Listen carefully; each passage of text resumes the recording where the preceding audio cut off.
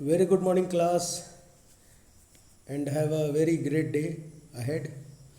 और आज जिस टॉपिक को हम लोग डिस्कस करने जा रहे हैं, इन्वेस्टिगेट करने जा रहे हैं, वो है प्रोडक्टिविटी। प्रोडक्टिविटी क्या है? जैसे दिमाग में आता है तो हमारे दिमाग में सबसे पहला विचार आता है कि कितना उत्पादन हुआ, कितना प्रोडक्शन हुआ, कितनी लागत लगी। ये सारी चीज़ें हमारे दिमाग में एक साथ आने लगती हैं और ये सब आना लाजमी है क्योंकि यही प्रोडक्टिविटी से रिलेट कर हम देखते हैं। हर चीज़ को चूँकि हम अर्थ प्रधान हो गए हैं तो प्रोडक्टिविटी के केस में इन्वेस्टिगेट करते हैं, स्टडी करते हैं और एक्सप्लोर करते हैं। तो शुरू करते हैं आज का अपना topic productivity. Myself doctor Prakash. अब जो आज कंटेंट हम लोग डिस्कस करेंगे वो है productivity, classification of productivity, primary productivity, secondary productivity, measurement of productivity, components of productivity, factor affecting productivity, कुछ इंफोटेनमेंट पॉइंट्स हैं और सिग्निफिकेंस ऑफ प्रोडक्टिविटी। तो लास्ट तक बने रहिएगा और बहुत ही इन्फॉर्मेटिव है। आपके general knowledge point of view से भी बहुत सारे क्वेश्चंस इसमें कवर किए गए हैं। Ecotone, succession, edge effect, biodiversity और जो है आपका इको टाइप के वीडियोस आपने देखे होंगे, आप देख भी रहे हैं, शेयर भी कर रहे हैं, उम्मीद कर रहे हैं अच्छा लग रहा है। कोई क्यूरी होगी आप लोग बिना सोचे बिना झिझक के हमें व्हाट्सअप कर सकते हैं, हमको जो है आप नीचे मैसेज कर सकते हैं कमेंट में। डिपार्टमेंट ऑफ एनवायरमेंटल साइंस का ये पेज है और ये यूट्यूब चैनल है। एनवायरनमेंट के संबंध में कोई भी क्वेश्चन हो किसी भी वीडियो का, तो कोई ज़रूरी नहीं है कि आप उसी वीडियो में डालिए, आप कभी भी कमेंट कर सकते हैं हमको, तो हम उसको रिस्पॉन्स आपको देंगे। प्रोडक्टिविटी क्या है? देखिए ये जो लिखा हुआ है ये नोट्स है मेरा, आप इसको स्क्रीनशॉट लेकर अपने कॉपी में नोट्स बना सकते हैं। हम इसको एक्सप्लेन कर रहे हैं आपको, हर वीडियो में हम इसी टॉपिक को एक्सप्लेन कर रहे हैं लिखे हुए वर्जन्स को। तो एकदम आप निश्चिंत रहिए कि आपको नोट्स की दिक्कत नहीं होगी क्योंकि ये है मैटर पूरा पर्याप्त है, सफिशियंट है। चाहे आप लॉन्ग क्वेश्चन बनाइए चाहे शॉर्ट क्वेश्चन बनाइए, सारे मटेरियल आपको यहाँ से मिल जाने हैं।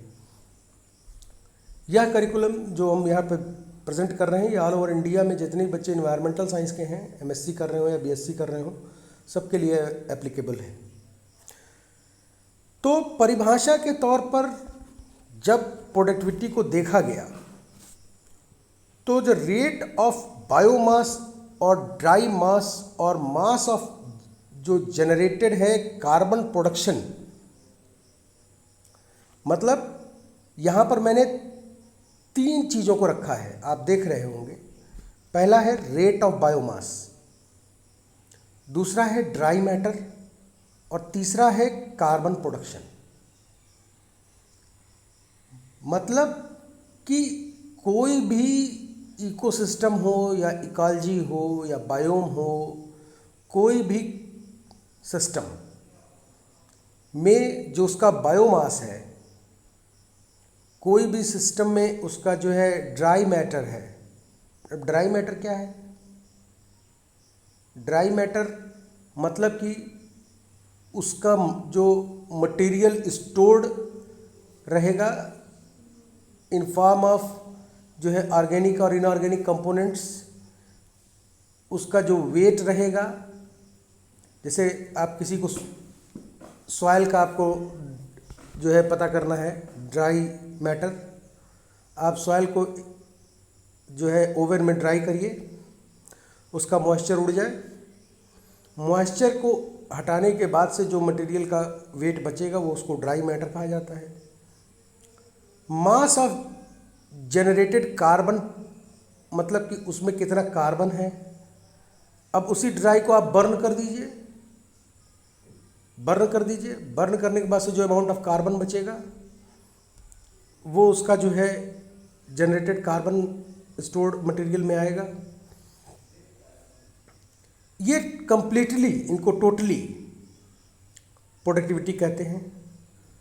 इसमें हमने कार्बन प्रोडक्शन की बात की है।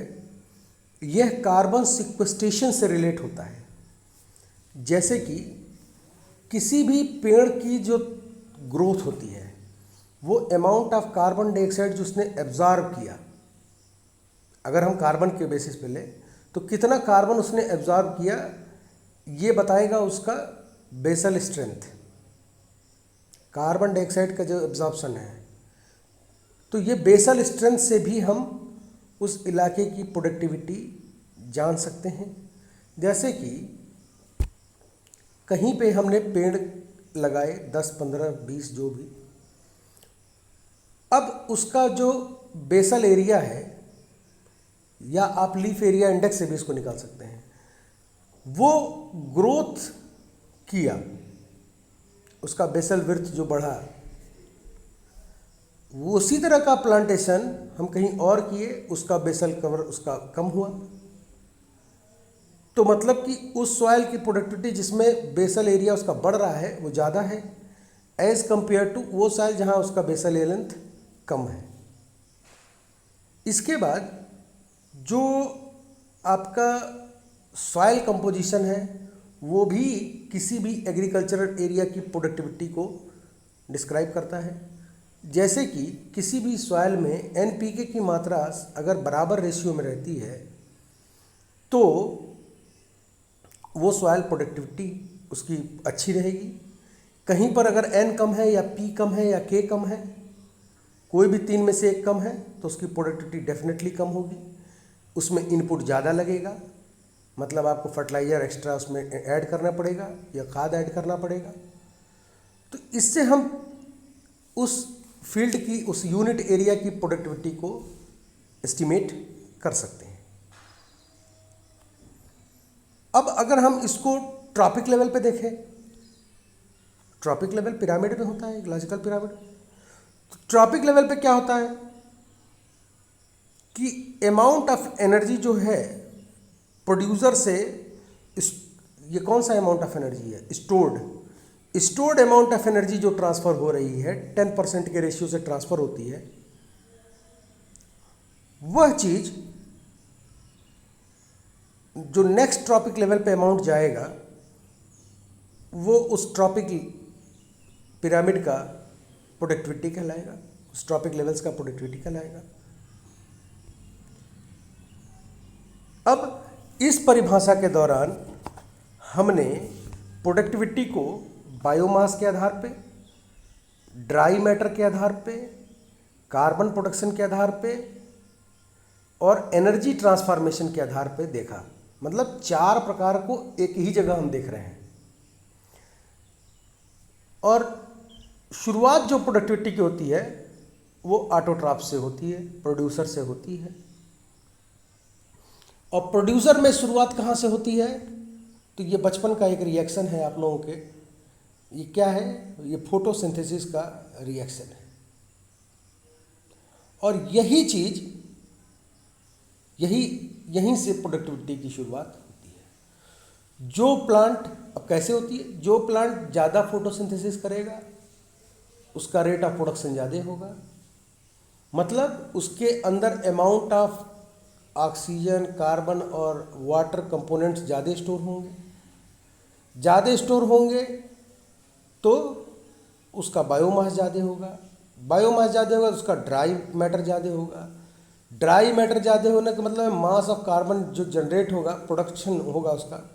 कार्बन मतलब हाइड्रोकार्बन कंपोनेंट से सब बने हैं, तो उसमें जो अमाउंट कार्बन का होगा उसकी मैं बात कर रहा हूँ, कार्बन कंटेंट ज़्यादा होगा। अब जब कार्बन कंटेंट ज़्यादा होगा तो जाहिर सी बात है कि उसकी प्रोडक्टिविटी अच्छी होगी। आगे इसको चलते हैं। अब प्रोडक्टिविटी को एक से हमको क्या क्या देखने और सीखने और पढ़ने को मिलेगा। प्रोडक्टिविटी के इस लेक्चर में हमको बायोम को समझने का मौका मिलेगा। इकोलॉजी से प्रोडक्टिविटी रिलेट होती है, इकोसिस्टम से प्रोडक्टिविटी रिलेट होती है, फ्लो ऑफ एनर्जी से प्रोडक्टिविटी रिलेट होती है। फ्लो ऑफ एनर्जी से भी प्रोडक्टिविटी रिलेट होती है। तो ये सारी चीज़ें प्रोडक्टिविटी को, इन सभी चीज़ों से हम प्रोडक्टिविटी का इंफॉर्मेशन ले सकते हैं। कोई भी इकोसिस्टम, आप इसको और साधारण तौर पे समझिए, कोई भी इकोसिस्टम, कोई भी इकोलॉजी, कोई भी एरिया, कोई भी होराइजन, कोई भी जोन कितना प्रोडक्टिव है, इसके आधार पर उसको वर्गीकृत करते हैं। इसके आधार पर उसकी प्रायोरिटीज तय की जाती हैं। एक ही पर्टिकुलर इलाके में 10 किसान धान रोप रहे हैं, सबको एक ही बीघा, सबको एक एक बीघा खेत मिला है, माने यूनिट एरिया सबकी सेम है। किसी में प्रोडक्टिविटी ज़्यादा है, सबको बीज भी एक ही मिल रहा है। किसी में प्रोडक्टिविटी ज़्यादा है, किसी में प्रोडक्टिविटी कम है, किसी में बहुत कम है। तो ये क्यों हो रहा है?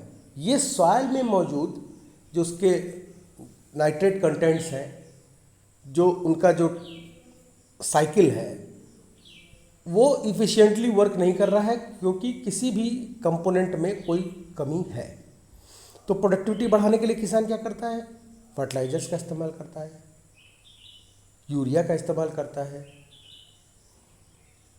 और इससे क्या होता है कि वहाँ पे सॉइल कंपोनेंट में मौजूद जो डिफिसिट कंपोनेंट्स हैं उनको बराबर मिलने लगता है, तो प्रोडक्टिविटी ग्रोथ करने लगती है।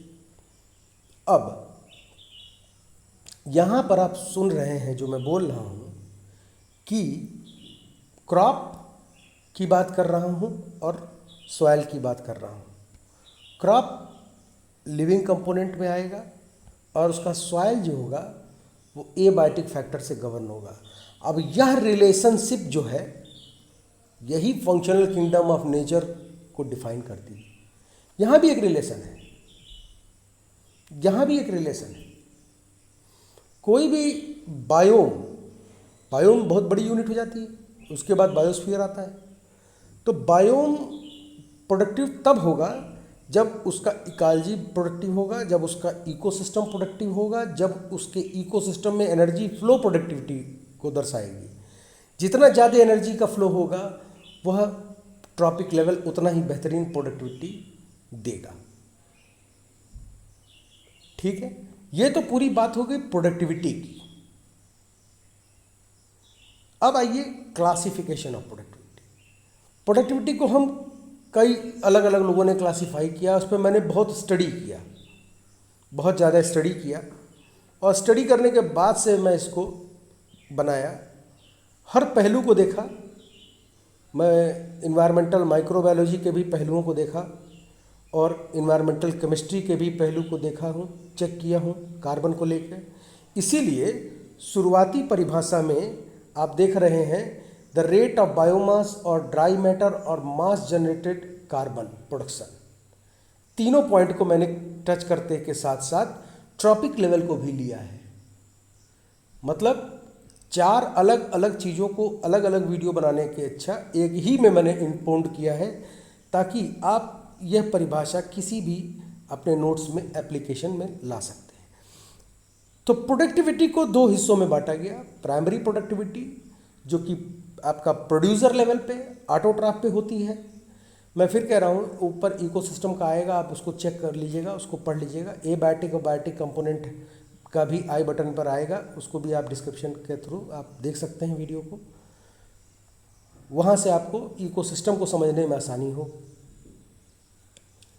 अब ऑटोट्रॉफ का जो प्रोडक्शन होगा वो प्राइमरी प्रोडक्टिविटी कहलाता है, और हेटेरोट्रॉफ में जो प्रोडक्शन होगा वो सेकेंडरी प्रोडक्टिविटी कहलाता है। ऑटोट्रॉफ तो एक ही है, हेटेरोट्रॉफ में कई सारे लेवल हैं, कई सारे कंज्यूमर लेवल हैं, प्राइमरी, सेकेंडरी, टर्सरी, हर्बीवोरीज, कार्निवोरीज, ओमनीवोरीज। ठीक है, तो अब उसके आधार पे भी डिफरेंशिएशन किया गया। एक स्प्रिंगर में आर्टिकल छपा था, उस आर्टिकल से मैंने इसको लिया है। बहुत सारे फ़ोटोज़ को मैंने गूगल ड्राइव से लिया है, क्योंकि मैं कॉपीराइट इसमें भी नहीं इस्तेमाल कर रहा हूँ, और एजुकेशन के लिए मैं कोई भी चीज़ कहीं से भी उठा के इम्पाउंड कर सकता हूँ, इसकी मुझे स्वतंत्रता है। तो आप परेशान ना हो, एकदम आप इत्मीनान से इसको पढ़ते रहें। अब आइए प्राइमरी प्रोडक्टिविटी पे। प्राइमरी प्रोडक्टिविटी जो है वो डोमिनेटेड बाई, सवाल एक आया था, primary productivity is dominated by, इसीलिए मैंने लास्ट लाइन में आप देख रहे हैं फोटोसिंथेसिस को कैपिटल में लिखा है। Photosynthesis, primary productivity is dominated by photosynthesis. अभी आगे हम लोग और इसको डिस्कस करेंगे। अब प्राइमरी प्रोडक्टिविटी है क्या? अभी तक तो हम जान रहे थे कि प्रोडक्टिविटी मतलब कि जितना आपने उसमें इन्वेस्ट किया, जितना आपने रॉ मटेरियल लगाया और प्रोडक्शन में जो खर्च हुआ, उसके बाद से जो पैसा बचा, मतलब कि आपको जो तनख्वाह मिली, मान लीजिए जो भी तनख्वाह आपको मिली 10 लाख, 20 लाख, 1 लाख, अब इसमें से आप कुछ अपने ज़रूरतों के लिए अलग अलग खर्चा कर देंगे। लास्ट में जो आपके पास सेविंग होगी, लास्ट मंथ में जो आपके पास, लास्ट दिन में मंथ के जो सेविंग होगी, अमाउंट आपके हैंड में होगा अकाउंट में, वही उस मंथ की प्रोडक्टिविटी कहलाएगी इकोनॉमिक पॉइंट ऑफ व्यू से। अब यही चीज को हम इन्वायरमेंटल पॉइंट ऑफ व्यू में देखेंगे। ग्रीन प्लांट क्या करते हैं? फोटोसिंथेसिस करते हैं। इसीलिए मैंने पहले ही फोटोसिंथेसिस का रिएक्शन मेंशन कर दिया कि आप उसको समझिए। ग्रीन प्लांट ये क्या कर रहे हैं? फोटोसिंथेसिस कर रहे हैं। और होता क्या है फोटोसिंथेसिस में? Simple process. एक पौधा है, ठीक है, गमले के अंदर, वो कार्बन डाइऑक्साइड एब्जॉर्ब कर रहा है, उसको हम पानी दे रहे हैं। सनलाइट के प्रेजेंस में वो एक रिएक्शन करता है जिसको हम फोटोसिंथेसिस रिएक्शन कहते हैं। फोटोसिंथेसिस रिएक्शन कहते हैं, जिसके दौरान वो पौधा अपने ग्रोथ के लिए ग्लूकोज का निर्माण करता है और उसका वेस्ट प्रोडक्ट ऑक्सीजन होता है, जो हमारे जैसे लोगों के लिए इस्तेमाल होता है। यही चीज़ यहाँ पर आप देख रहे हैं कि ग्रीन प्लांट फिक्स करते हैं सोलर एनर्जी, उससे एक्यूमुलेट ऑर्गेनिक फॉर्म में केमिकल एनर्जी हो जाती है। इसके बाद से जो एनर्जी उनके अंदर स्टोर्ड होती है आफ्टर मेटाबॉलिज्म, वो उसकी प्राइमरी प्रोडक्टिविटी कहलाती है। 10% लॉ लिंडर्समैन ने जो दिया था, रेमंड लिंडर्समैन ने, उसमें यही चीज़ बताया कि 10% ही ऊर्जा जो है हर स्पीसीज में स्टोर होती है और नेक्स्ट ट्रांसफर होती है। जैसे मान लीजिए कि पौधा है, ठीक है, पौधे ने सनलाइट ले लिया, पानी ले लिया ज़मीन से, सॉइल के मॉइस्चर से पानी लिया, न्यूट्रिएंट लिया, खाया पिया और ग्रो किया। ग्रो करने के बाद से अब वो पूरे दिन में, इसीलिए पर यूनिट एरिया, वॉल्यूम और टाइम का रेफरेंस इसमें दिया जाता है। पूरे दिन में जितनी उसने एनर्जीज को अपने कंज्यूम करके लास्ट तक स्टोर रखा, यही स्टोर्ड एनर्जी, यही स्टोर्ड अमाउंट उसकी प्रोडक्टिविटी होती है। अब इसको और सरल तरीके से देखें, और सरल पे ले जाते हैं। एक पौधा है, ग्रोथ किया, एक फल उसमें आया अमरूद का पौधा है, अमरूद आया एक ठो। तो अब एक फल इसका जो है वो स्टोर्ड, वो उसकी एक प्रोडक्टिविटी हुई।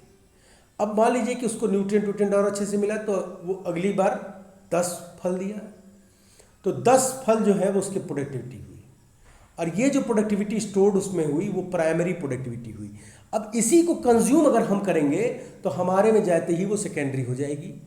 सिंपल सी बात है, उसको हम फिर सेकेंडरी कहेंगे।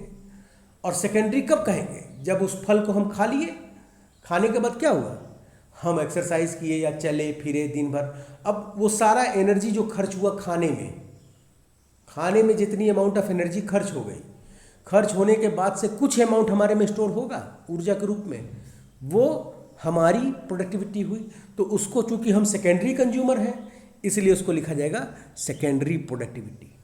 आया बस समझ? यही सिंपल डिफरेंस है, बहुत सिंपल है, बहुत ही सिंपल है। ग्रॉस प्राइमरी प्रोडक्टिविटी, अब प्राइमरी प्रोडक्टिविटी भी दो प्रकार की होती है, ग्रॉस और नेट। ग्रॉस क्या है? ग्रॉस को आप समझिए, जितना amount of solar energy trap हुआ फूड मटेरियल के बनने में, फोटोसिंथेसिस होने में जो प्रोसेस हुआ वो लग रहा है, वह उसका ग्रॉस प्राइमरी प्रोडक्टिविटी होता है। ग्रॉस प्राइमरी प्रोडक्टिविटी देखेंगे कहाँ आप? भाई कहीं तो दिखना चाहिए। तो अगर एक पौधा सनलाइट लिया, सनलाइट लेने के बाद से फोटोसिंथेसिस वो कर रहा है कार्बन डाइऑक्साइड और वाटर मॉलिक्यूल के साथ, तो जितनी ऊर्जा उस पौधे को रिस्पायरेशन में, मतलब श्वसन क्रिया में इस्तेमाल हुई, वह उसकी ग्रास प्राइमरी प्रोडक्टिविटी होती है। ग्रास प्राइमरी प्रोडक्टिविटी मतलब कि रेट ऑफ रिस्पायरेशन में इस्तेमाल होने वाली वो ऊर्जा। अब आप इसको और थोड़ा सा क्लियर और थोड़ा बड़े पैमाने पे देखें कि सन से लाइट आई, सन से लाइट आने के बाद से क्या हो रहा है, फोटोसिंथेसिस हो रहा है पौधे में। फोटोसिंथेसिस हो रहा है तो उसमें रिस्पायरेशन भी होगा। भाई फोटोसिंथेसिस और रिस्पायरेशन दो प्रक्रियाएं होंगी। तो टोटल फोटोसिंथेसिस और रिस्पायरेशन के बाद जो उसमें ऊर्जा बचेगी वो उसकी प्राइमरी प्रोडक्टिविटी होगी। परंतु अब इसी प्राइमरी प्रोडक्टिविटी को हम दो हिस्सों में करके देख सकते हैं ना। तो ग्रॉस क्या हुई, रिस्पायरेशन में लगी हुई ऊर्जा ग्रॉस प्राइमरी प्रोडक्टिविटी कहलाती है। रिस्पायरेशन में जो ऊर्जा उसने खर्च कर दी। नेट प्राइमरी प्रोडक्टिविटी क्या होगी, the amount of energy bound organic matter पर यूनिट एरिया एंड टाइम, जो रिस्पायरेशन के बाद बचेगी। अब इसको समझिएगा, जो रिस्पायरेशन में लगेगी और जो रिस्पायरेशन के बाद बचेगी। तो जो रिस्पायरेशन में लगेगी वो ग्रॉस होगी, जो रिस्पायरेशन के बाद बचेगी वो नेट होगी। वही तो last net amount of energy रहेगी। और यही नेट अमाउंट ऑफ एनर्जी जो है जब बकरी खाती है चारा या चरती है उसको, तो क्या होगा कि ये उसमें चली जाएगी। और ये कितना होगी, जितना आया, जितना सोलर एनर्जी रेडिएशन 1360 वाट पर मीटर स्क्वायर सोलर कांस्टेंट है। अब इस रेट से सोलर कांस्टेंट 1360 वाट पर मीटर स्क्वायर, तो जितना अमाउंट ऑफ एनर्जी प्लांट लिया सन से, ठीक है, पर यूनिट एरिया में, ठीक, लेने के बाद से उसको खाया, यूटिलाइज करना शुरू किया। पेड़ भी सांस लेते हैं, सांस लिए, सांस लेने के बाद से माने मेटाबॉलिज्म चल रहा है। अब जो एनर्जी मेटाबॉलिज्म में इस्तेमाल हो रही है, amount of energy assimilated in metabolism, और कौन सा मेटाबॉलिज्म, रिस्पायरेशन, तो उसको हम ग्रॉस कहेंगे। और amount of energy stored after respiration is known as net primary productivity. मतलब एनर्जी एसिमिलेट होने के बाद से जो बच जाए वो उसकी नेट होगी। अब ऐसा माना गया, लेंडरमैन ने एक टर्म दिया कि 10% ही स्टोर होगी, 10% ही स्टोर होगी। मतलब 100% सनलाइट आई, वो मैं बना रहा हूँ, Lindeman law of pyramid of energy एक साथ बन रही है। तो लाइट आई सन से 100%, अब पूरा मेटाबॉलिज्म में उसने 90% एनर्जी को वेस्ट कर दिया, 10% उसके अंदर स्टोर हुई। अब इसी 10% को वो बकरी खाई, और खाने के बाद से बकरी मेटाबॉलिज्म करेगी, जो अपना चलना फिरना, खाने में जो एनर्जी वेस्ट हुई उसकी, खाने में भी तो ऊर्जा लगती है, तो एनर्जी इस्तेमाल हुई, तो वो उसकी ग्रास हो गई। और जो उसके पास बची 10%, उस 10% का 10%, तो वो उसकी नेट प्रोडक्टिविटी हो गई। क्लियर? कोई कंफ्यूजन होगा, आप हमारे फ़ोन नंबर इसमें दिए गए हैं, आप हमको डेफिनेटली फ़ोन करके पूछिएगा। अब यही 10% नेक्स्ट जो स्पीसीज बकरी को खाएगा उसमें जाएगी। इसके बाद से 10% जो उस हर कार्निवोरस को खाएगा उसमें जाएगी। समझ रहे हैं? तो ये ट्रांसफॉर्मेशन होता है, ये चेन होता है। अब एक साल की बात है, मैं पढ़ा रहा था, बहुत ही अच्छा किस्सा है। बीएससी फर्स्ट ईयर में एक जो है स्टूडेंट था, उसने मुझसे पूछा कि why 10%, why 10% of amount is counted as an the amount which is transferred from one tropic to another tropic level during transformation of energy। Question बहुत अच्छा था। और फिर मैंने लिंडर्समैन लॉ के बारे में उसको बताया। चूंकि मैं क्लास में बता रहा था उसको, तो टाइम तो 45 मिनट मिलता हम लोगों को। फिर मैं वो क्लास को 3 घंटे की क्लास में कन्वर्ट किया। माने एक प्रैक्टिकल क्लास में उन सबको बुलाया, बैठाया, और फिर इस 10% लॉ को मैंने वहाँ पे ब्रीफ किया कि ये कोई मैंडेटरी नहीं है, कोई मैंडेटरी नहीं है कि 10% हो। ये एक एक्सपेक्टेड रेशियो है। It is not mandatory that 10% of amount of energy is stored और 10% is transferred. It should be 8%, 9%, 1%, 5%, depending upon the biomass and the ability of carbon sequestration, amount of carbon sequestration in that organism, which eaten by the other during ecosystem or food chain of in tropic levels। अब carbon sequestration की बात करें तो बहुत सारे लोग सोचेंगे अरे कार्बन सिक्वेस्टेशन तो प्लांट में होता है। कार्बन सिक्वेस्टेशन हर स्पीशीज में भी होता है, इसीलिए इसके परिभाषा में ऊपर ही लिखा हूं मैं कार्बन के बारे में, और वहीं मैंने एक्सप्लेन किया कार्बन। तो इसको ध्यान रखिएगा। तो प्राइमरी प्रोडक्टिविटी मतलब कि ग्रास प्रोडक्टिविटी जो है, ग्रास प्राइमरी प्रोडक्टिविटी। और ग्रास प्राइमरी प्रोडक्टिविटी मतलब क्या है? रिस्पायरेशन। जैसे ही दिमाग में ग्रास प्राइमरी प्रोडक्टिविटी खुला तो पहला पॉइंट आपको दिखेगा प्राइमरी प्रोडक्टिविटी। प्राइमरी प्रोडक्टिविटी में देखिए आप कि जो है ग्रास आ रहा है। ग्रास मतलब अब आप देखिए कि जो है पौधा है, ठीक है, पौधा सनलाइट ले रहा है, सनलाइट लेकर फोटोसिंथेसिस कर रहा है। फोटोसिंथेसिस में रिस्पायरेशन कर रहा है। वो रिस्पायरेशन के दौरान जो ऊर्जा उसके अंदर स्टोर हो रही है, जो उसमें रिस्पायरेशन करते समय जो एनर्जी लगेगी ना, कुछ एनर्जी लगेगी, कुछ amount 10 kilo calorie, 20 kilo calorie जो एनर्जी लग रही है। अब यह ऊर्जा उस पूरे प्लांट की कहलाएगी ग्रॉस प्राइमरी प्रोडक्टिविटी। अब वो उसने रिस्पायरेशन कर लिया, खा पी के आराम से सुस्ता रहा है, तो जो उसके अंदर ऊर्जा स्टोर होगी वह कहलाएगी नेट प्राइमरी प्रोडक्टिविटी। अभी वो सो ही रहा था, तब तक उसको कोई बकरी ने चर लिया, तो वो 10% जो उसके अंदर जो स्टोर हुआ एनर्जी वो ट्रांसफर हो जाएगा नेक्स्ट ट्रॉपिक लेवल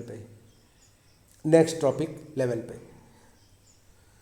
फिर आइए सेकेंडरी प्रोडक्टिविटी। अब वो एनर्जी ट्रांसफर हो गई सेकेंडरी प्रोडक्शन में।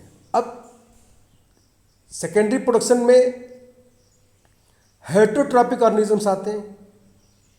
हेटरोट्रॉपिक ऑर्गेनिज्म में जो ऊर्जा यील्ड हो रही है वो सेकेंडरी प्रोडक्टिविटी। अब वो बकरी उसको खा रही है, खाने में उसको ऊर्जा लग रही है। सोने में भी ऊर्जा लगती है, मतलब सोने मतलब स्लीपिंग, सोने में भी ऊर्जा लगती है। कोई ऐसा कार्य नहीं जिसमें एनर्जी का इन्वेस्टमेंट ना हो, हर जगह एनर्जी। आपकी कार एनर्जी से चलेगी, आपका पर्स माने पर्स में रखा रुपया आपके लिए एनर्जी है, समझ रहे हैं? एनर्जी इज एवरीवेयर, हर जगह ऊर्जा है। ऊर्जा ही जीवन का आप समझ लीजिए कि स्रोत है, बहाव का स्रोत है। जैसे कि करंट होता है नदियों में, नदियाँ बहती हैं करंट के कारण, उसके नीचे करंट फ्लो करता है, उसका बहाव से उसमें करंट जनरेट होने लगता है, उसी करंट को, फ्लो को करंट कहते हैं हम, जैसे यहाँ पे। अब उसी तरह सन से रेडिएशन भी वो ऊर्जा का फ्लो है, तभी तो आती है आप तक।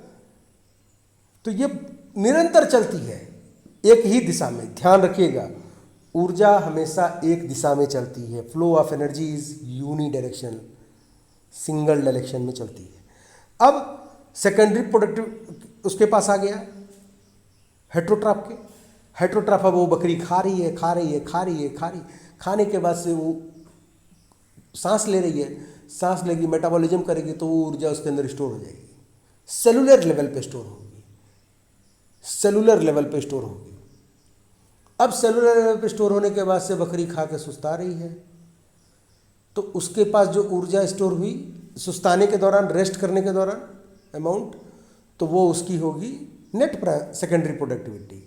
तब तक कोई उसको शेर आके चर दिया, मैंने खा लिया, भावनाओं को समझिए, खा लिया। अब शेर खा लिया तो शेर खा रहा है। अब ये जो ऊर्जा उसके में ट्रांसफ़र हुई, वो जो 10% प्राइमरी से लिया था, यही 10% में इसने सारा मेटाबॉलिज्म किया। अब उसके पास जो ऊर्जा ट्रांसफ़र हुई वो 1%। अब ये 9% जो है उसके मेटाबॉलिज्म में खर्च हो गया, 9% मेटाबॉलिज्म में खर्च हो गया। अब शेर के पास कितना गया? 1%। 1%। तो अब यहां पर हमको देखना क्या है कि आप इसमें देखिए, द गेन ऑफ एनर्जी और बायोमास पर यूनिट एरिया पर unit time remaining after allowing for respiration loss, it is the energy left for the next trophic level to consume. Secondary productivity in ecosystem जो है वो productivity of animal and सैप्रोप्स होती है। अरे saprophytes decomposer, ecosystem का video देखिएगा, आई button में आया होगा, वो बहुत मज़ेदार है। उसके बाद ही इसमें आइएगा, नहीं तो बहुत सारी टर्मिनोलॉजीज जो है ना गड़बड़ा जाता है मैटर।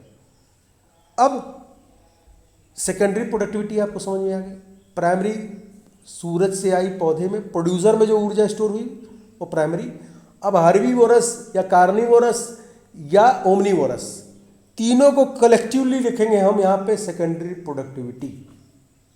तीनों को कलेक्टिवली लिखेंगे सेकेंडरी प्रोडक्टिविटी। तो अब ये जो ऊर्जा उसके अंदर स्टोर हुई हेट्रोट्रॉप्स में, वो सेकेंडरी प्रोडक्टिविटी कहलाएगी। अब सेकेंडरी प्रोडक्टिविटी में भी वही ग्रॉस सेकेंडरी क्या है? Gained through absorption in consumer. अब जो एब्जॉर्ब कर रहा है, जो मेटाबोलाइज कर रहा है, जो उसमें ऊर्जा स्टोर हो रही है, लग रही है, ध्यान रखिएगा, लग रही है ऊर्जा तो वो ग्रॉस होगी, और स्टोर है अगर ऊर्जा तो नेट होगी। इससे मोटा मोटा एग्जाम्पल आपको कहीं नहीं मिलेगा। नेट सेकेंडरी प्रोडक्टिविटी क्या है? ये पर यूनिट टाइम पर जो है वो अलाइंग फॉर रिस्पायरेशन लॉस के बाद जो बचेगी, रिस्पायरेशन लॉस के बाद जो ऊर्जा हेट्रोट्रॉप्स में बचेगी वही उसकी नेट है। सिंपल।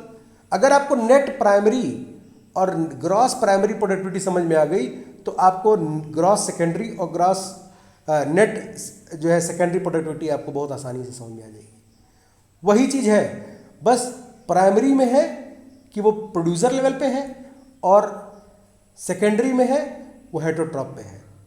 यहाँ पर केवल 2 लेवल की बात हो रही है, इसको ध्यान रखिएगा, ऑटोट्रॉप और हेट्रोट्रॉप। हेट्रोट्रॉप का डिवीजन हम नहीं कर रहे हैं, विभाजन नहीं कर रहे हैं, बस खाली ये 2 लेवल पे बात होगी, ऑटोट्रॉप और हेट्रोट्रॉप। ऑटोट्रॉप और हेट्रोट्रॉप क्यों होगी? सवाल आता है क्यों होगी?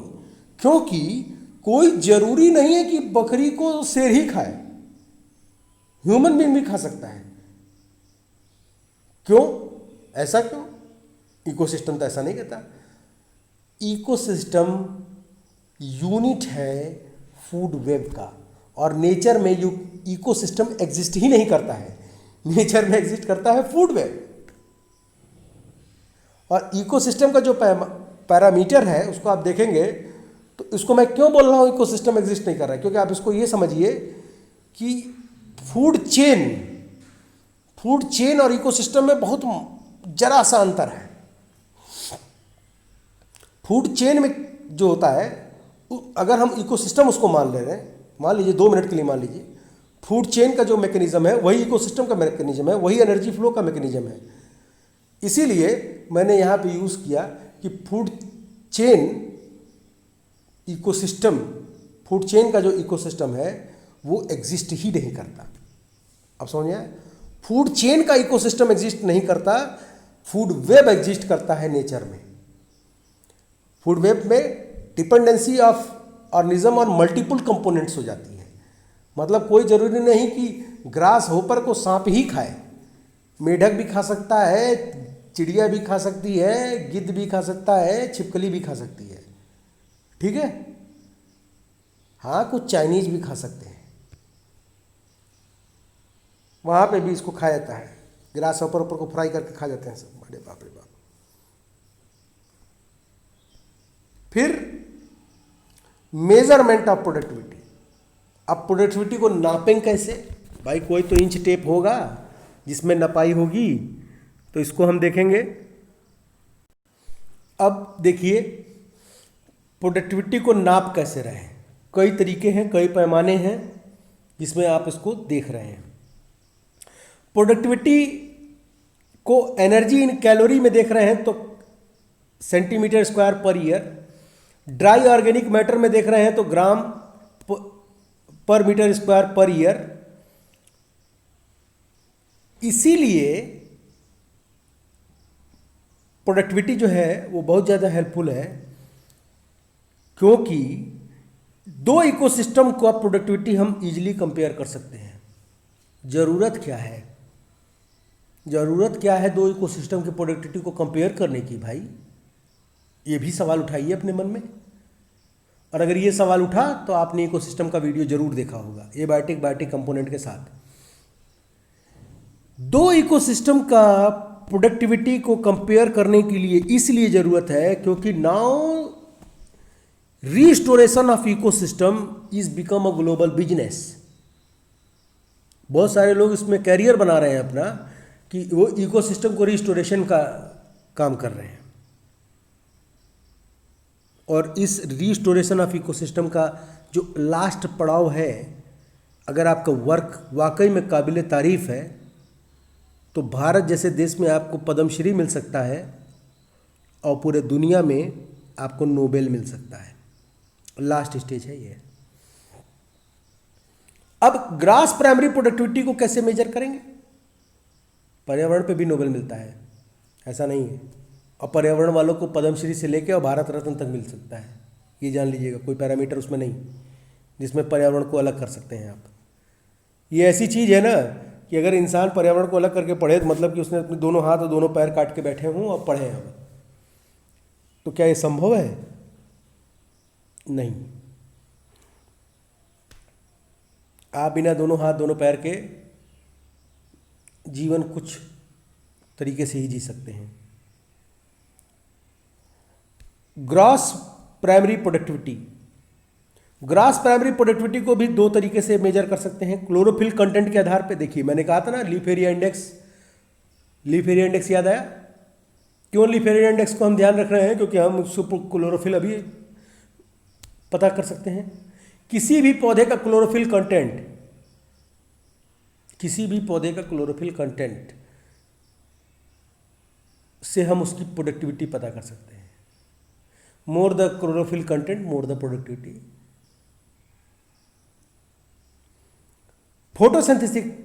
Photosynthetic number. फोटोसिंथेटिक नंबर मतलब कैसे पता करेंगे? वही कार्बन, इसीलिए मैंने कहा था अमाउंट ऑफ कार्बन फिक्स्ड पर ग्राम क्लोरोफिल पर आर।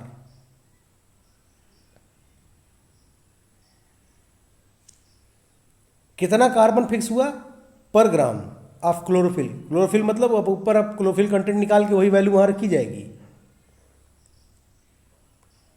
पर आर, 1 घंटे का।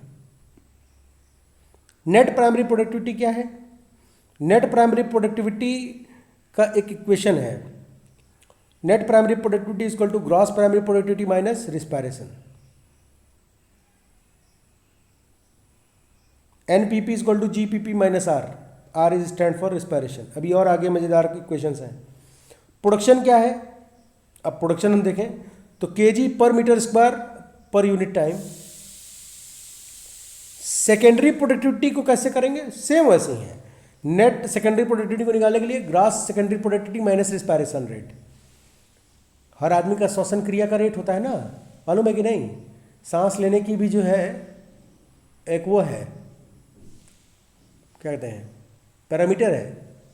आपका इतना दिल धड़केगा, इतना बार सिस्टोल डिस्टोल होगा, तो आप इतना अमाउंट ऑफ ऑक्सीजन कंज्यूम करेंगे और इतना अमाउंट ऑफ कार्बन डाइऑक्साइड निकालेंगे। ग्रॉस सेकेंडरी प्रोडक्टिविटी कैसे मेजर करेंगे? Food eaten upon faecal loss, कितना खाया और कितना निकाला। फूड ईटन अमाउंट जितना खाया माइनस फीकल लॉस, तो वो ग्रॉस सेकेंडरी प्रोडक्टिविटी आ जाती है।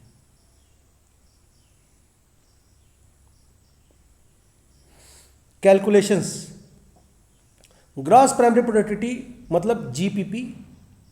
जीपीपी जो होता है वो all carbon dioxide fixed by the plant in photosynthesis. Respiration R, R is equal to carbon dioxide lost from metabolic activity, R P is equal to respiration by plant, R H is equal to respiration by heterotrophs, R D is equal to respiration by decomposers.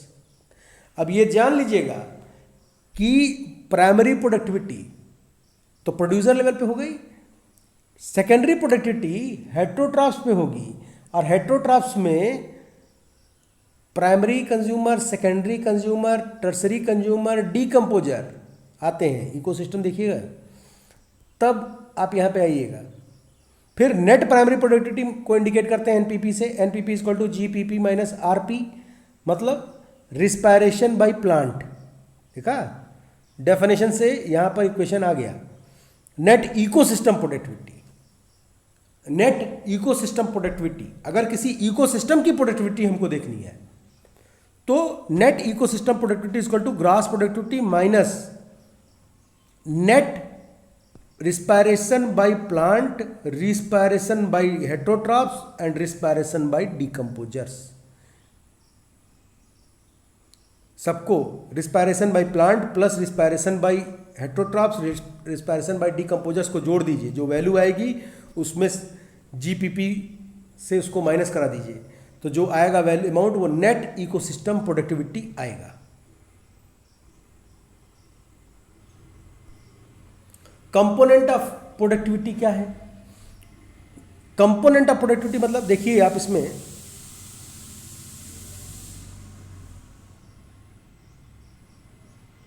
Gross primary productivity, net primary productivity, अब ये डिट्रस ecosystem, डिट्रस मतलब कि वो आपका decomposer श्रेणी में आ जाएंगे, not decomposed amount. अब ये देखिए आर एच, ठीक, हेट्रोट्रॉप लेवल पे,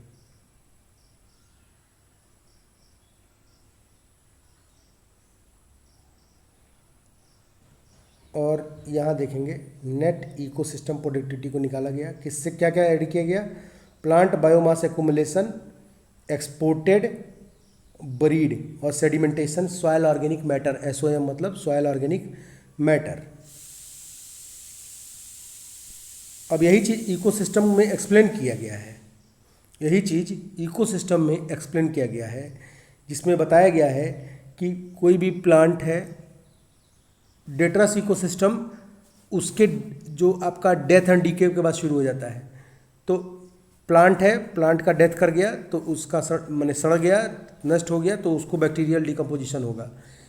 अब ऑटोट्रॉफ के बाद से हेट्रोट्रॉफ में आइए। हेट्रोट्रॉफ में पहला है प्राइमरी कंज्यूमर, प्राइमरी कंज्यूमर उसको खा लिया, पौधे को नहीं खा पाया, डेथ कर गया वो खुद ही अपने जीवन में, तो उसका डिकम्पोजिशन पे शुरू होगा।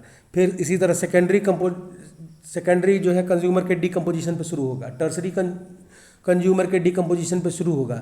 इसीलिए इकोसिस्टम का जो वो होता है आपका डायग्राम, जिसमें हम एनर्जी फ्लो को देखते हैं, वो वाई शेप होता है, और Y shape is the best one. ये कंपोनेंट्स हैं इकोसिस्टम प्रोडक्टिविटी के। इसमें देखिए ये आर पी को निकालने का मेथड बताया गया है।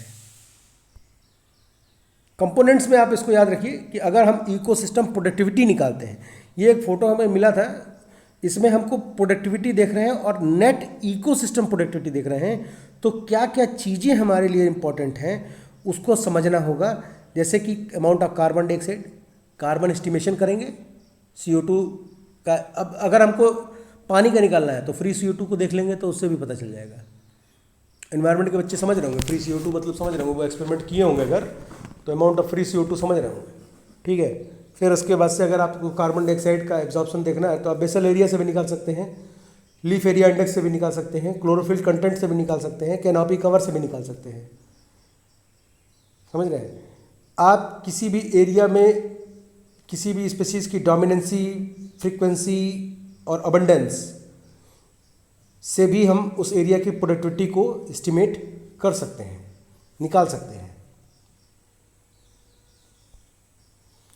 कौन कौन से फैक्टर हैं जो अफेक्ट करते हैं प्रोडक्टिविटी को। प्रोडक्टिविटी चूंकि प्राइमरी से शुरू होकर और हेटरोट्रॉफ तक जाती है, तो शुरुआत सोलर रेडिएशन से करें। सोलर रेडिएशन और टेम्परेचर प्रोडक्टिविटी को इम्पैक्ट डालते हैं। बहुत ज़्यादा टेम्परेचर, बहुत ज़्यादा रेडिएशन भी दिक्कत है, बहुत कम टेम्परेचर, बहुत कम रेडिएशन भी दिक्कत करता है। इसीलिए मैंने एक बार बताया था वीडियो में कि प्रकृति एक सेंसिटिव बैलेंस है, इसमें हम कुछ भी ऐड और कुछ भी एक्सट्रैक्ट नहीं कर सकते। फिर मॉइस्चर, लीफ में जो मॉइस्चर है उससे भी प्रोडक्टिविटी जो है घटती और बढ़ती है। मिनरल न्यूट्रिएंट्स हैं, जैसे कि आपका भाई पत्ती में नमी रहेगी तो मतलब क्या है कि वहाँ पे फोटोसिंथेसिस अच्छे से हो रहा है। सूखी पत्ती में कभी फोटोसिंथेसिस होना है? इसीलिए यहाँ पे मैंने मॉइस्चर का जिक्र किया। मिनरल न्यूट्रिएंट्स, जैसा कि मैं बताया कि जिस खेत में या जिस इलाके में मिनरल न्यूट्रिएंट्स की मात्रा अच्छी रहेगी वहाँ प्रोडक्टिविटी ज़्यादा रहेगी, जहाँ पे कम रहेगी वहाँ पे कम हो जाएगी। बायोटिक एक्टिविटी, ग्रेजिंग है, फिर पैरासिटिक डिजीज का इम्पैक्ट हो जाना, प्रीडेटर्स का आ जाना, बिलो ग्राउंड हर्बीवोरीज एक शब्द आया, आप इसको समझिए, चर्चा करते हैं। Below ground herbivores, these are rodents. Tom and Jerry देखा है ना, तो जेरी उसका गाजर खा जाता है। रोडेंट्स है बात समझ में। बिलो ग्राउंड हर्बीवोरीज, अबव ग्राउंड हर्बीवोरीज तो हम जानते ही थे, बिलो ग्राउंड हर्बीवोरीज टर्मिनोलॉजी आप अब समझ रहे हैं। इम्पैक्ट ऑफ ह्यूमन पॉपुलेशन बढ़ेगा, एटॉमिक्स एक्सप्लोजन प्रदूषण करेंगे तो क्या होगा, प्रोडक्टिविटी उस इलाके की गिरने लगेगी। कैसे? जैसे सड़क किनारे जा रहे हैं, सड़क के किनारे आप कभी गाड़ी से जाइए तो देखिए खूब सारे पेड़ लगे हैं और पेड़ों की पत्तियों पे धूल जमे हैं। तो जिस मौसम में धूल जमे हैं उस मौसम में अगर उसका लीफ एरिया इंडेक्स या क्लोरोफिल कंटेंट देखें तो कम होगा। इसीलिए एनजीटी ने नियम लगाया अंडर इन्वायरमेंटल प्रोटेक्शन एक्ट 1986 कि कभी भी रोड कंस्ट्रक्शन हो रहा है तो वहाँ से डस्ट पार्टिकल वायुमंडल में नहीं रिलीज होंगे, जिससे कि अगल बगल के पौधों के ऊपर जो है डस्ट पड़े, जिससे कि उनका रेट ऑफ फोटोसिंथेसिस डिक्रीज हो जाए, जिससे कि वो खुद ब खुद कमज़ोर होने लगे। अब प्लांट के ऊपर पत्तियों पे पड़ा डस्ट का अगर आपको मानवता के अनुसार अनुभव करना है तो सिंपली आप अभी रिसेंट में कोरोना वायरस आया है, ये आपको ओसोफेगस ग्लैंड को में उसको प्रोटीन मिल जाता है, यहीं चिपका रहता है, फिर धीरे धीरे लंग्स में इन्फेक्शन शुरू करता है। तो मतलब कि आपके फेफड़े को हम चोक कर दें, नाक दबा दें, मुंह भी दबा दें, ठीक है, तो धूल उड़ा दें आपके सामने, तो क्या होगा, आप सांस लेने में दिख रहे अपनाहट होती है। ऐसी ही अपनाहट उन पेड़ों को भी होती है, ऐसी ही अपनाहट उन पेड़ों को भी होती है जब उनके ऊपर डस्ट गिरता है। सेम कंडीशन कल्पना करके देखिए आप। प्रकृति इसलिए हम लोग को नहीं इस धरती पर रखी है कि हम लोग सबका अब इसका नुकसान करें। इसका नुकसान करेंगे ना तो ऐसा ही हम लोग को बिगाड़ेगी कि हम लोग खत्म हो जाएंगे। एक ही वायरस में परेशान है सब लोग। अभी देखो क्या होता है। फिर एक्वाटिक सिस्टम में प्रोडक्टिविटी के बारे में आइए।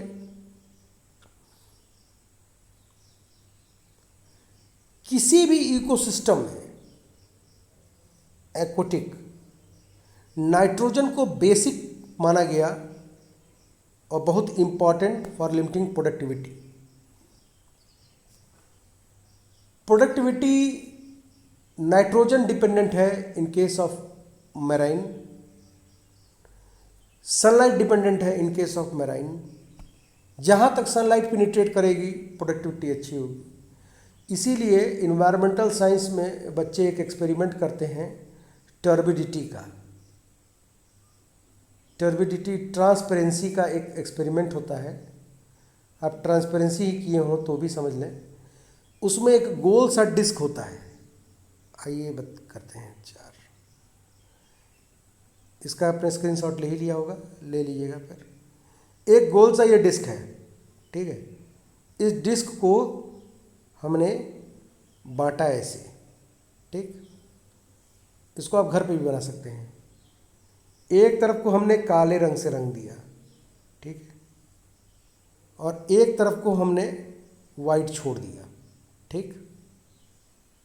एक को काले से रंग दिया, एक को वाइट से छोड़ दिया, ठीक है। अब इसके ऊपर यहाँ पर बीचों बीच में केंद्र जो है इसका, यहाँ पे एक रस्सी बांध दीजिए, खूब लंबी सी रस्सी, और इसको पानी में छोड़ दीजिए। अब जितना दूर ये जाएगा, जिसमें आपको ये ब्लैक और ये वाइट आपको दिख रहा है, उतना दूर तक का सनलाइट पेनिट्रेशन आप देख रहे हैं विजिबल, तो उतना वो उसका ट्रांसपेरेंसी होगा। उसको जहाँ तक आपको विजिबल हो रस्सी छोड़ते रहिए, और जहाँ पे विजिबल कम हो बस वहीं से रुक जाइए। अब यहाँ से इस पॉइंट से इस पॉइंट का डिस्टेंस, इस पॉइंट से इस पॉइंट का डिस्टेंस को आप स्केल से मेजर कर लीजिए। बस उतना ही ट्रांसपेरेंसी उस पानी की है। मतलब कि पानी अगर ट्रांसपेरेंट ज़्यादा है तो वो प्योर है, थोड़ा शुद्ध है।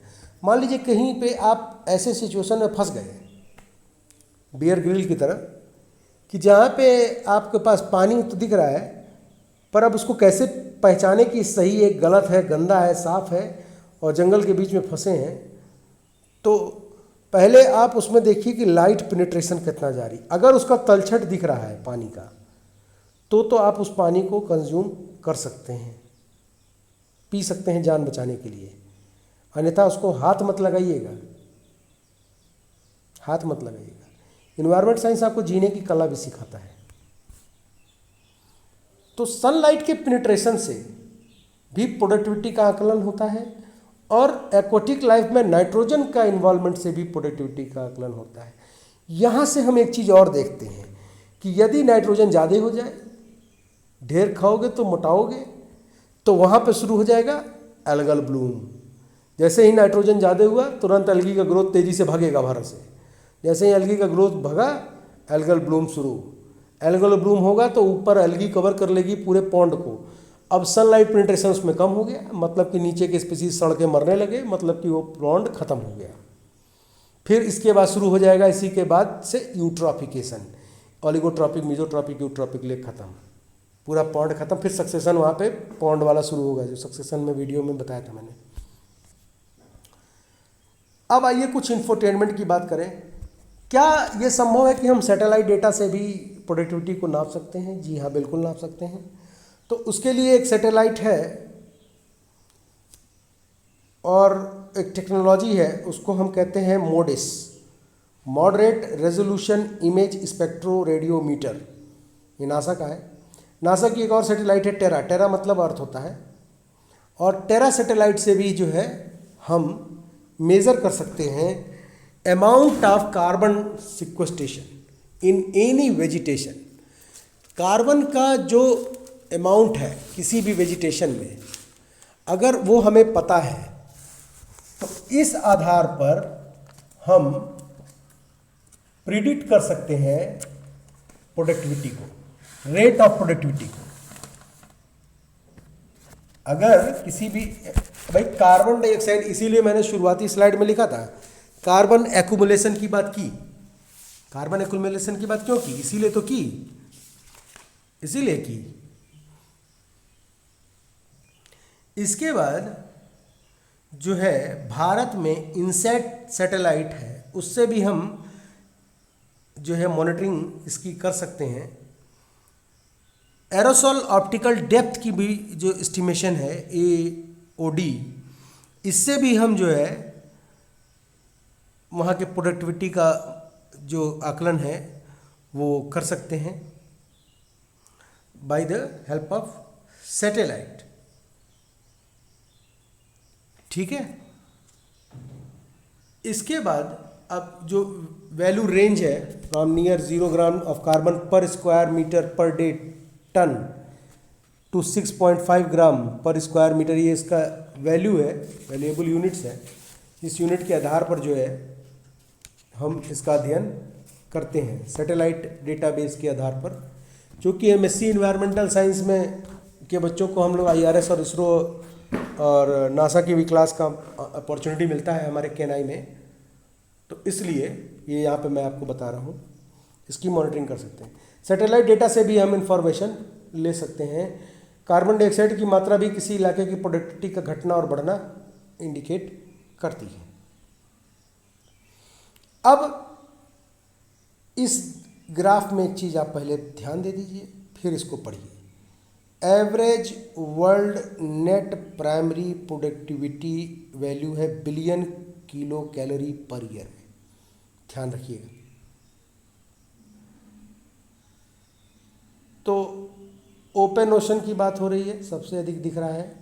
Tropical rain forest, temperate rain forest, फिर आपको coniferous taiga, temperate grassland, woodland सब estuaries, swamp, marshes, desert, lake, tundra, extreme desert. यहाँ पर जो आप देख रहे हैं वो वर्ल्ड की net primary productivity billion kilo calorie per year में है।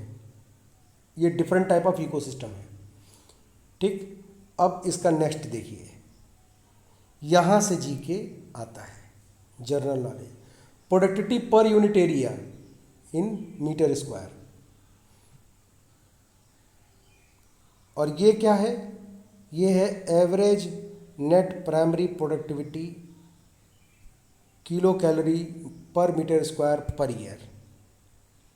तो इसमें आप देख रहे हैं इस्चुरीज की सबसे अधिक है, इस्चुरीज, स्वैम्प एंड मार्शेस, फिर ट्रॉपिकल रेन फॉरेस्ट, फिर temperate rain forest, temperate forest. तो ये जो डिफरेंट टाइप ऑफ इकोसिस्टम में आप देख रहे हैं, ये net primary productivity kilo calorie per year metre square per year में है। सबसे ज़्यादा इस्चुरीज की होती है। अगर हम एक्वाटिक, अब इसमें एक्वाटिक और टेरेस्ट्रियल दोनों इकोसिस्टम को कवर करना है। यदि सवाल आता है कि किस इकोसिस्टम की प्रोडक्टिविटी सबसे ज़्यादा होगी एक्वाटिक में, तो इस्चुरीज की होगी। इस्चुरीज क्या है? इकोसिस्टम पढ़िएगा, खारा पानी और मीठा पानी जहाँ मिलता है, समुद्र जहाँ मिलते हैं नदी से, वो पॉइंट इस्चुरीज बनता है और वहाँ की प्रोडक्टिविटी सबसे ज़्यादा होती है। इसके बाद से फिर tropical rain forest, terrestrial environment की बात करें तो ट्रॉपिकल रेन फॉरेस्ट। भाई पूरे धरती पे दो ही इन्वायरमेंट तो है, एक्वाटिक और टेरेस्ट्रियल, यही दो इकोसिस्टम भी है, एक्वाटिक और टेरेस्ट्रियल। फिर बाद में वर्गीकृत हुआ है सब। तो ये चीज़ हो गया। अब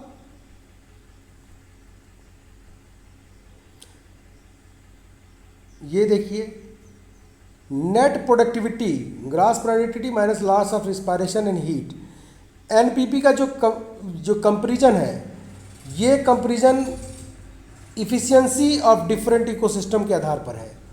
स्वैम्प, मॉस और इस्चुरीज का देखिए, स्वैम्प और मॉस टेरेस्ट्रियल में, ये रेन फॉरेस्ट का है, ये इंटेंसिव एग्रीकल्चर का प्रोडक्टिविटी है, टेम्परेट एंड डिसीडियस का है। ये क्रम है, इसी क्रम में प्रोडक्टिविटी है। फिर कोरल रीफ की प्रोडक्टिविटी, ये रीफ जो दिख रहा है ये कोरल रीफ है, कोरल रीफ, फिर इस्चुरीज, फिर continental shelf, lake, open ocean की सबसे कम प्रोडक्टिविटी, डिजर्ट, टेरेस्ट्रियल इकोसिस्टम में डिजर्ट की सबसे कम प्रोडक्टिविटी होती है और एक्वाटिक में ओपन इकोसिस्टम की सबसे ज़्यादा हाँ सॉरी, सबसे कम, सॉरी। अब देखिए यहाँ पे कई सवालों के मैं आंसर देता हूँ। सवाल आता है कि सबसे ज़्यादा प्रोडक्टिविटी किस इकोसिस्टम की होगी। आगे में एक्वाटिक लिखा है, तो उसमें आप आंसर देखिएगा, क्या उसमें कोरल रीफ है? अगर नहीं तो इस्चुरी है, कॉन्टिनेंटल शेल्फ है, लेक है या स्ट्रीम है। तो वहाँ पर आप इस्चुरी है तो इस्चुरी को टिक लगाएंगे। नेट प्रोडक्टिविटी सबसे ज़्यादा, नेट प्राइमरी प्रोडक्टिविटी इस्चुरीज की होती है in case of aquatic. In case of terrestrial की बात करें तो ट्रॉपिकल रेन फॉरेस्ट की सबसे ज़्यादा होगी।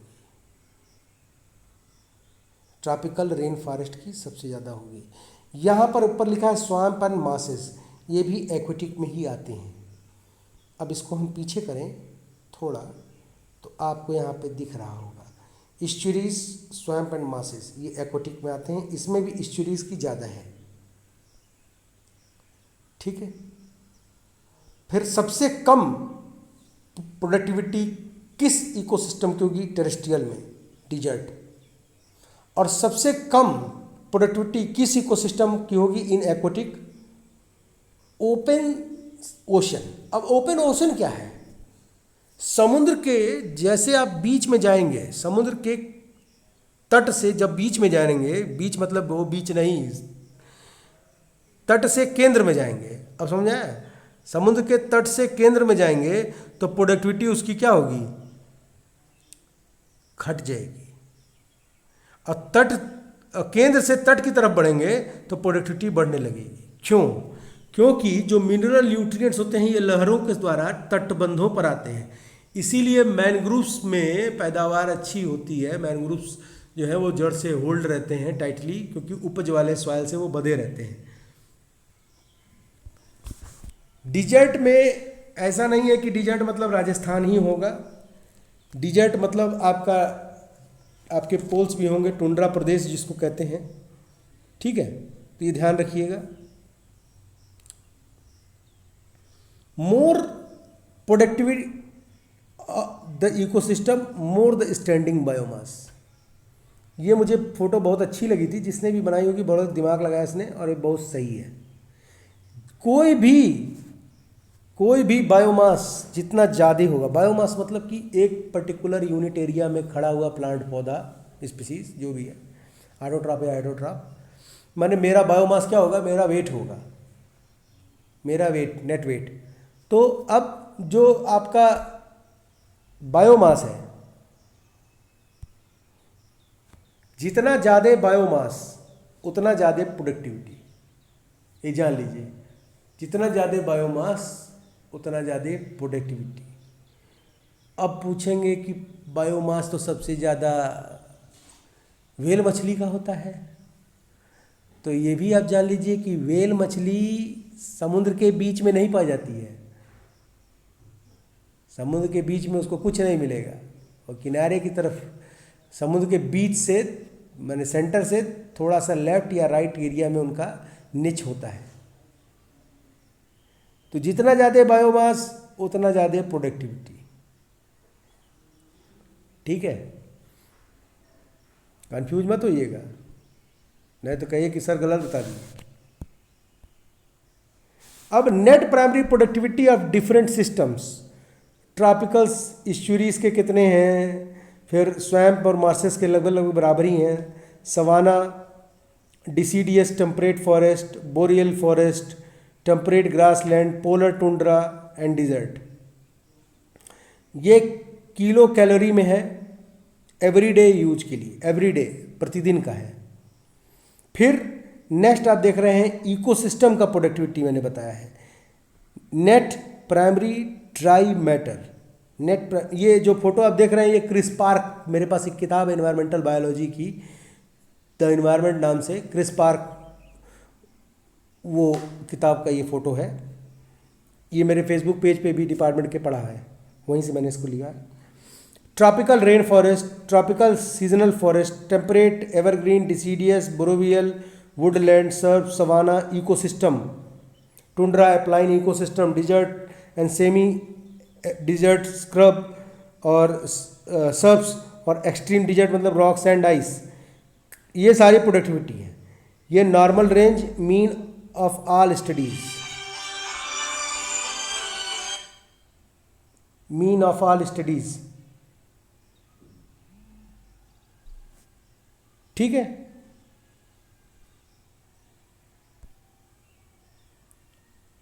अब जो मैंने पीछे बोला था कि नंबर ऑफ बायोमास ज़्यादा होगा तो प्रोडक्टिविटी ज़्यादा होगी। देखिए अब आप इसको बायोमास को देखिए, फॉरेस्ट में यहाँ का बायोमास देखिए कम होगा कि ज़्यादा होगा, और यहाँ का कम होगा कि ज़्यादा होगा, तो ज़्यादा यहाँ का होगा, तो ज़्यादा यहाँ का है तो प्रोडक्टिविटी यहाँ की ज़्यादा होगी। बायोमास ज़्यादा तो प्रोडक्टिविटी ज़्यादा। अब पिरामिड ऑफ प्रोडक्टिविटी, ये बड़ा मेहनत से ढूंढ के मैंने निकाला। Pyramid of productivity, pyramid of energy है, पिरामिड ऑफ बायोमास है, पिरामिड ऑफ जो है आपका नंबर है। पिरामिड ऑफ प्रोडक्टिविटी क्या है? देखिए ओमनीवरस, ये जो यूनिट आप देख रहे हैं ये kilo joule per metre square per year में है। ध्यान रखिएगा, यूनिट्स ध्यान रखिएगा, ये जितने भी यूनिट्स हैं ये ध्यान रखिएगा।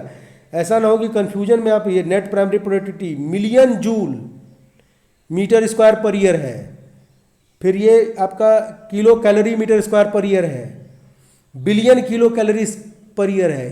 क्वेश्चन को ध्यान से पढ़िएगा, उसमें यूनिट जब दी रहे उसी यूनिट के अकॉर्डिंग प्रोडक्टिविटी अलग अलग होती है, सबका कैलकुलेशन अलग है, तो कन्फ्यूजन में दुर्घटना घट सकती है। सावधानी हटी दुर्घटना घटी कहते ही हैं। Omnivores kilo joule metre square per year. अब देखिए प्रोडक्टिविटी क्या हो रही है,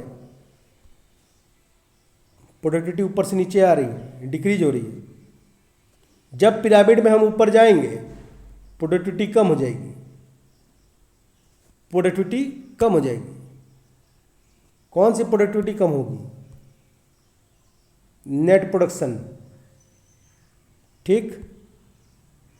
फिर आइए नेट रिस्पायरेशन। अब ये कौन सी पढ़ रहे हैं हम लोग? Net respiration. Net rate of respiration भी डिक्रीज हो जाएगा ऊपर से नीचे आने में, क्योंकि ट्रॉपिक लेवल जैसे जैसे इंक्रीज होगा नेट रिस्पायरेशन रेट डिक्रीज होना शुरू हो जाएगा, क्योंकि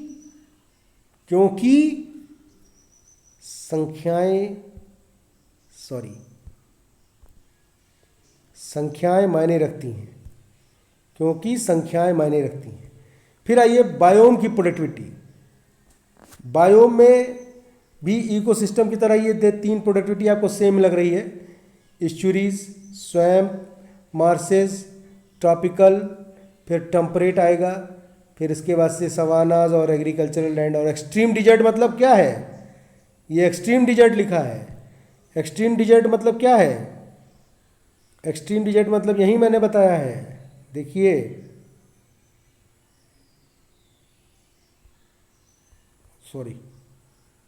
extreme desert, rock, sand, ice. ये रॉक, सैंड, आइस, लास्ट एकदम last, rock, sand, ice, extreme desert, ठीक। तो यहाँ पे बायोम की प्रोडक्टिविटी क्या हो रही है? देखिए ये डिक्लाइन करते हुए जाएगी, और ये जो है एवरेज नेट प्राइमरी प्रोडक्टिविटी है, किसकी? बायोम की, ना कि इकोसिस्टम की। हम पूरे बायोम की बात कर रहे हैं, ठीक। इसीलिए मैंने शुरुआत में सारे कुछ को एक साथ ही कंसीडर किया, ताकि प्रोडक्टिविटी जब आप पढ़ें तो आप डिफरेंट जगहों पे ना जाएं, एक ही जगह पे आपको सारे मैटर कॉन्साइजली मिल जाए, इंक्लूडिंग आपका जनरल नॉलेज जीएस, ठीक है। तो इसमें आपको कोई प्रश्न होगा तो हमें कमेंट बॉक्स में ज़रूर पूछिएगा। अब आइए सिग्निफिकेंस ऑफ प्रोडक्टिविटी, महत्व क्या है?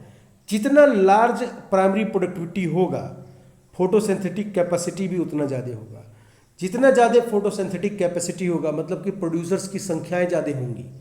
जितना ज़्यादा प्रोड्यूसर की संख्या होगी इन्वायरमेंटल कंडीशंस उतने ही बेहतर होंगे। जितना बढ़िया इन्वायरमेंटल कंडीशन होगा मतलब कि trapping of sunlight, harnessing of sunlight, utilisation of sunlight in form of photosynthetic reaction बढ़िया होगा, उतना ही सॉइल मॉइस्चर भी बढ़िया होगा, ये भी जान लीजिएगा। ट्रॉपिकल कंडीशंस में प्राइमरी प्रोडक्टिविटी जो है वो continuous through out the year maintain रहती है। फिर while in temperate region primary productivity in limited. क्यों? क्योंकि प्रोडक्टिविटी डिपेंड करती है सॉइल की प्रॉपर्टी पर, क्लाइमेट की प्रॉपर्टी पर। अगर मान लीजिए कि कोल्ड है, डिजर्ट एरिया है, तो वहाँ प्रोडक्टिविटी गिर जाएगी, कम हो जाएगी। Restoration of ecosystem service. Restoration of ecosystem service मतलब कि इकोसिस्टम को अगर हम रीबिल्ड करें तो हमको सबसे पहले किस चीज़ को ध्यान देना होगा? प्रोडक्टिविटी को ध्यान देना होगा। रीस्टोरेशन ऑफ इकोसिस्टम के लिए हम प्रोडक्टिविटी को ध्यान रख के प्रोग्रामिंग करेंगे तो हमारा इकोसिस्टम रीस्टोर हो जाएगा। ठीक है, तो रीस्टोरेशन के अध्ययन के लिए भी जरूरी है प्रोडक्टिविटी का होना, समझना और पढ़ना। फिर primary productivity rate of succession, ecology, ecosystem, ecotone, biome with energy flow majorly को डिफाइन करती है या अंडरस्टैंडिंग में मदद करती है। ठीक है, जितना लार्ज, ध्यान रखिएगा, जितना लार्ज प्राइमरी प्रोड्यूसर उतना ही बढ़िया प्रोडक्टिविटी, उतना ही बढ़िया इन्वायरमेंटल कंडीशन। अब इन्वायरमेंटल कंडीशन जितना बढ़िया रहेगा उतना ही बढ़िया जो है आप सनलाइट को हार्स करेंगे, मतलब उतना ही सनलाइट आपके पास अच्छे से आएगी, वो यूज होगी, मोर इफिशिएंटली आपका इकोलॉजी, इकोसिस्टम, बायोम रन करेगा। Thank you very much. कोई भी क्यूरी हो तो ज़रूर आप हमसे नीचे कमेंट बॉक्स में पूछिए। और ये देख रहे हैं, ये अलग अलग डक्स productivity. Thank you, have a nice day.